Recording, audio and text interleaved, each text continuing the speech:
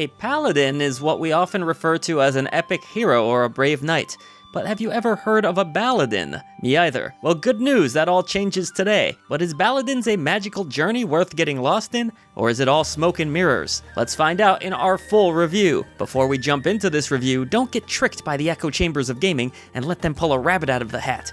Head over to patreon.com/idreamofindiegames and you'll gain access to incredible perks such as our amazing Discord community, early ad-free shows, shoutouts at the end of every video we produce, an exclusive podcast, and yes, even free games depending which tier you select. Your new indie gaming community is waiting for you. Baladins is a tabletop-style RPG, something like Dungeons & Dragons meets Paper Mario. Our journey begins like many other fantasy adventures, completing simple fetch quests and gaining skill points. However, on the eve of an important festival, our world is turned upside down when a massive serpent erupts from a well and swallows our heroes and time itself. This sends us on an endless loop similar to the movie Groundhog Day, with our goal being to feed the dragon's insatiable hunger with as many tokens of friendship and trust as possible. I don't know about you, but I'm kinda over time loops.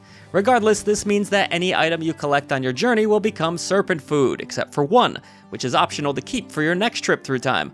You'll select between 5 different Baladins, including a Luxomancer, a Bard, Dancer, Cook, and a Pyro. Each character features different starting stats, and the game can be enjoyed with up to 4 players either on or offline. It's also worth mentioning that the developers have at least alluded to adding more classes in the future. Baladins plays out like a massive board game with various towns full of different homes and areas of interest to explore.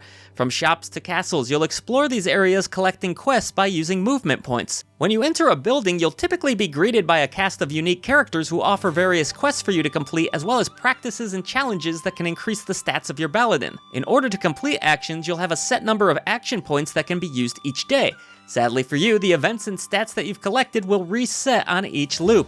A loop will last 6 turns, with the dragon returning on the 7th, making each journey roughly a week. In gameplay time, that equates to maybe 30 minutes or so per loop. The nice part about this is that the game can be enjoyed in short bursts or in long sessions if you want to do multiple loops.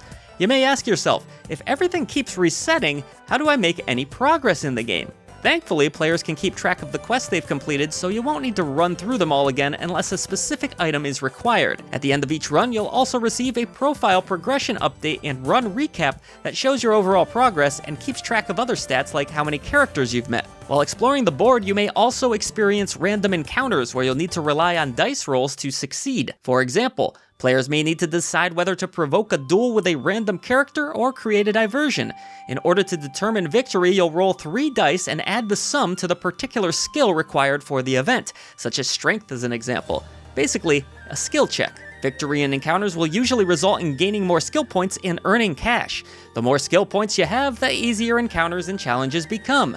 As for cash, it can be used to buy items, of course. All of this may sound complicated, but it really isn't. A few loops around and most gamers should get a proper feel for how the game works. What you might not get a feel for is navigating the game board, which can at times be a little bit clunky. Despite the impending doom scenario, Baladins is a rather stress-free experience. Sure, you do have a set number of turns before events loop back again, but you'll feel like you've advanced and made progress each time, so it never really feels like your time has been completely wasted.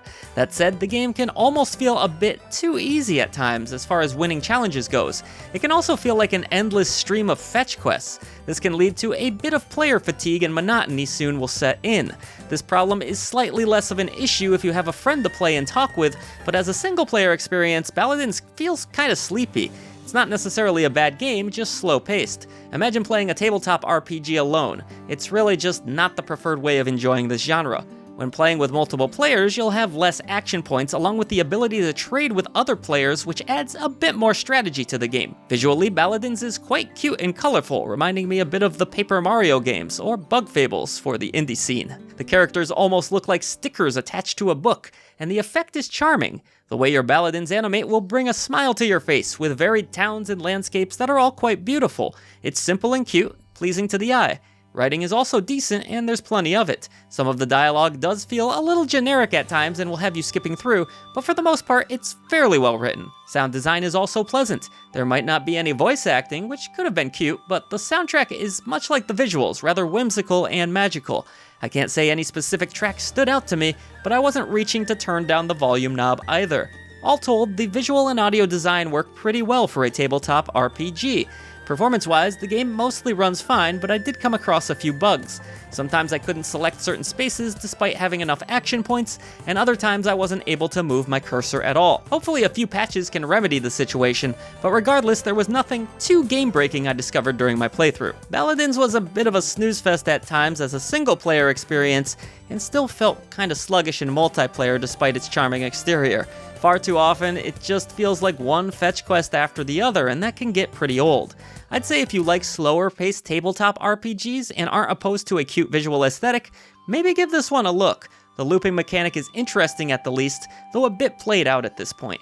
Even still, it's mostly a well-made product with nice visuals and sound design. The pacing just wasn't for me personally. However, that said, I do think there is an audience for this game. I am cautiously awarding Baladins the Bronze Genie Lamp of Approval, with an understanding that it is for a very specific audience that loves slower-paced tabletop games.